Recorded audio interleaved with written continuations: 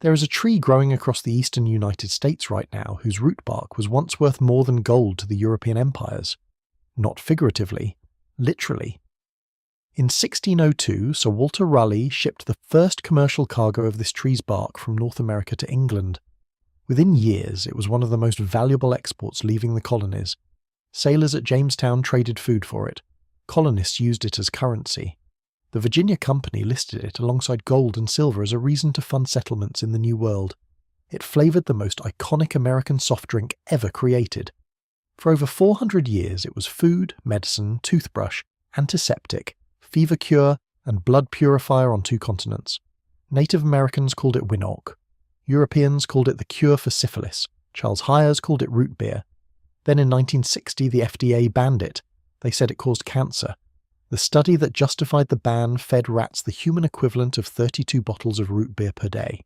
The compound they flagged, Safrole, is also found in cinnamon, nutmeg, black pepper, star anise, and ginger. None of those are banned. Nutmeg contains nearly as much Safrole as Sassafras. It is in every spice rack in America.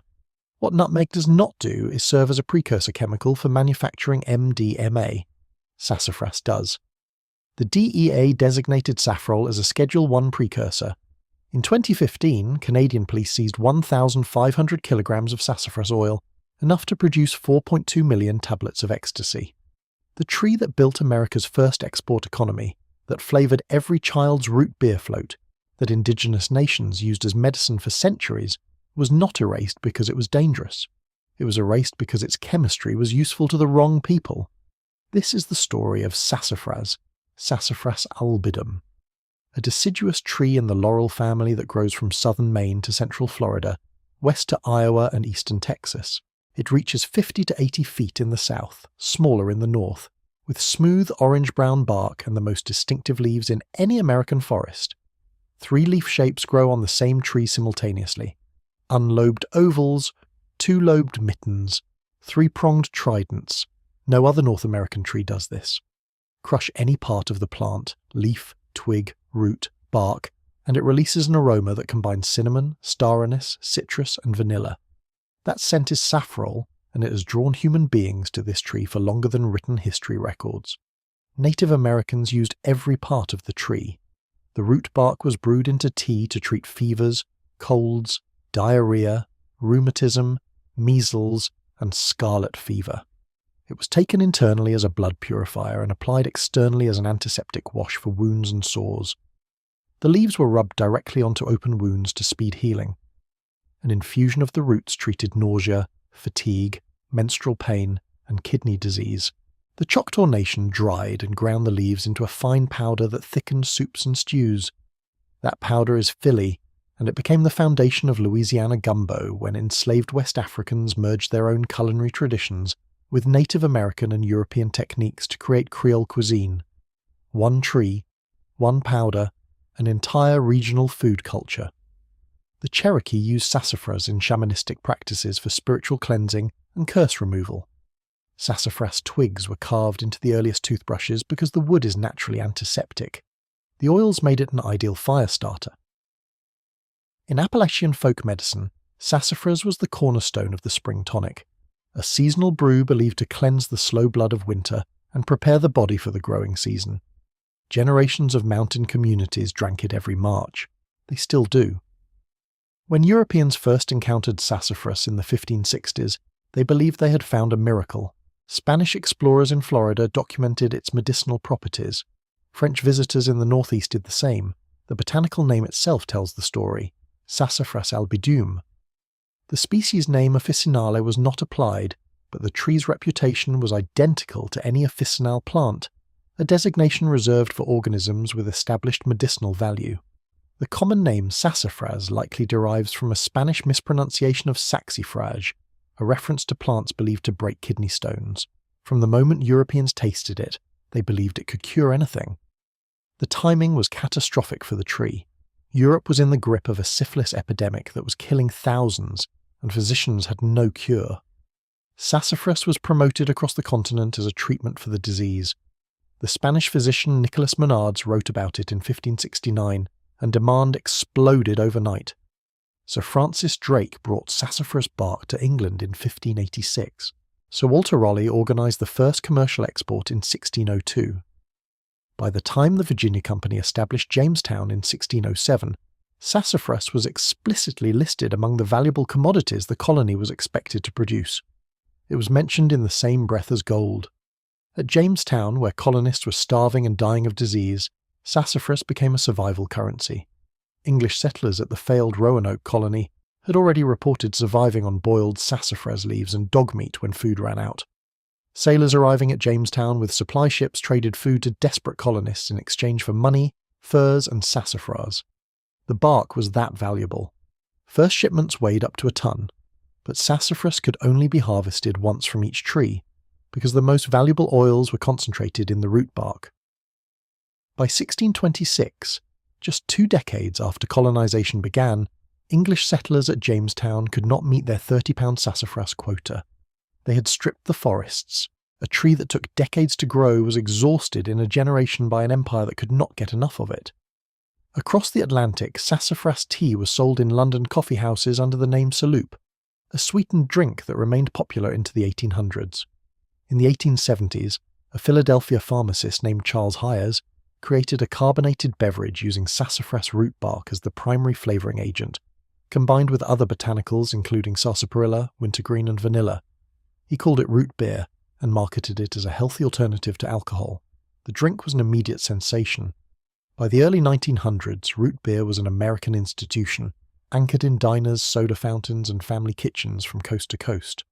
For nearly a century, root beer meant sassafras, the flavour that every American child associated with floats, summer evenings and drive-in restaurants came from the bark of a tree that Native Americans had been brewing into tea for centuries before a single European set foot on the continent.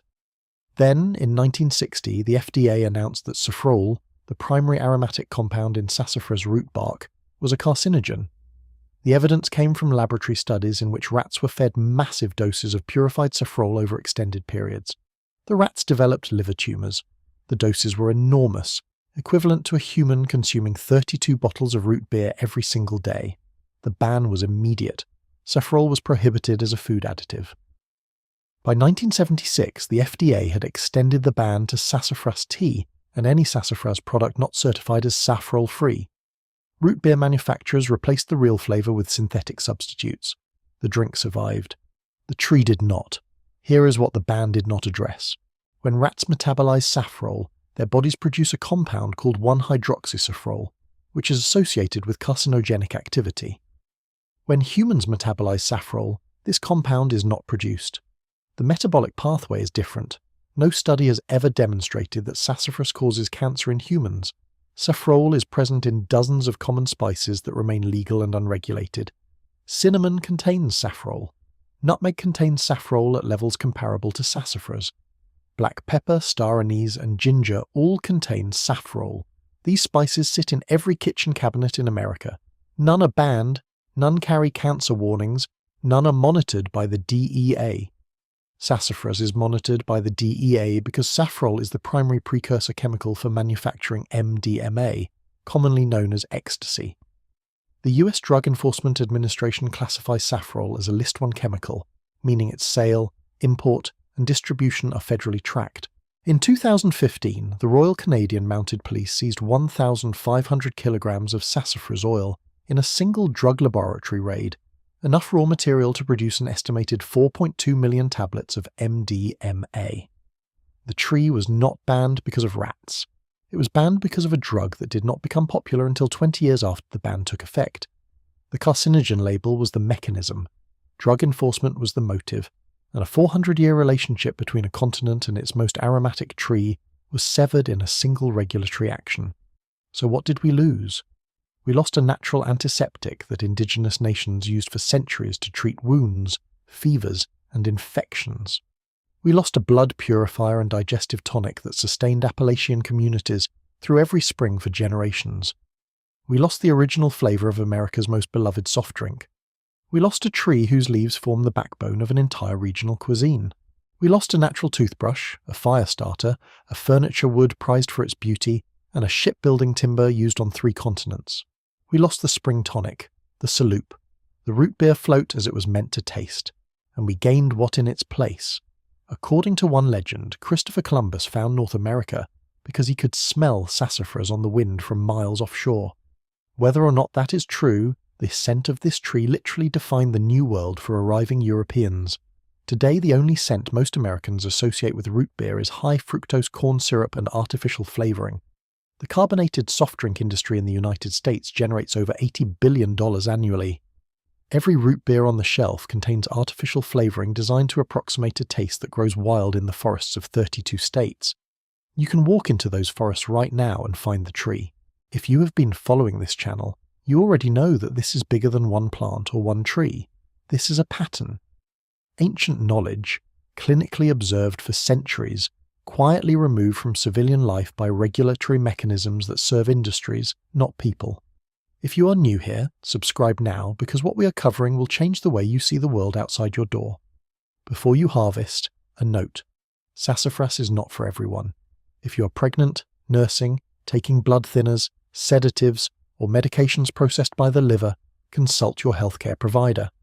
Safrole is a potent compound and should be consumed occasionally, not daily in large quantities. This is a spring tonic, not a daily supplement.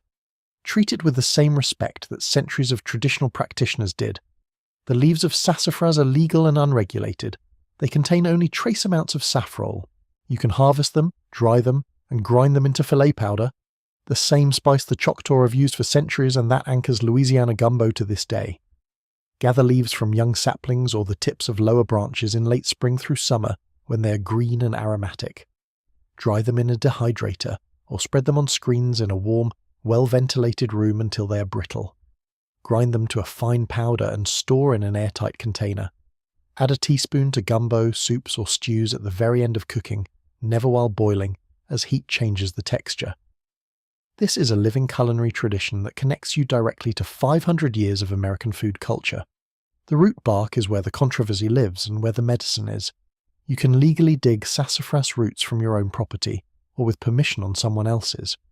Look for young saplings growing near mature trees, typically 1 to 3 feet tall, sending up from the extensive root network of the parent tree. Dig around the base with a hand trowel, pull the root and scrub it clean under cold water. The moment you cut into the bark, the scent hits you. Warm, sweet, spiced. A combination of cinnamon and vanilla and something wild that has no name in any grocery store. This is the smell that drew empires across oceans. Chop the root bark and simmer it in water for 3 to 5 minutes, no longer, to preserve the aromatic oils. Let it steep for several hours or overnight. The liquid will darken to a deep reddish brown. What you have is sassafras tea, the same drink that sustained colonists, that sold for premium prices in London coffee houses, that Appalachian families have brewed every spring for 300 years. You can sweeten it with honey and add seltzer for homemade root beer that tastes nothing like what comes from a factory. It tastes like the original. It tastes like what root beer was before they replaced a tree with a laboratory. Now picture this. It is 10 years from now. Your children know 3-leaf shapes on the same tree and can name the only North American species that produces them. They can identify it from 50 feet away by the mitten-shaped leaves alone.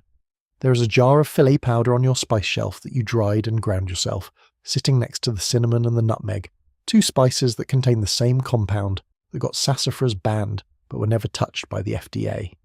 Every March, you brew a pot of sassafras tea, the same spring tonic that Appalachian families passed down for generations, the same drink that colonists valued alongside gold, the same medicine that Native Americans brewed from this bark for centuries before a single European ship crossed the Atlantic. You hand your neighbour a cup. They have never tasted anything like it. They ask where you bought it. You tell them you did not buy it. You walked into the woods and dug it up. The same tree that built an export empire, that flavoured a nation's childhood, that the DA monitors as a controlled precursor. It is still growing. It never stopped. They just convinced you it was dangerous so you would stop looking for it. And if you want to go deeper into the remedies we have been uncovering, head to our website where you can grab our ebook on lost plant remedies you can start using today. Thanks for watching. Click here to check out another video and make sure to hit subscribe.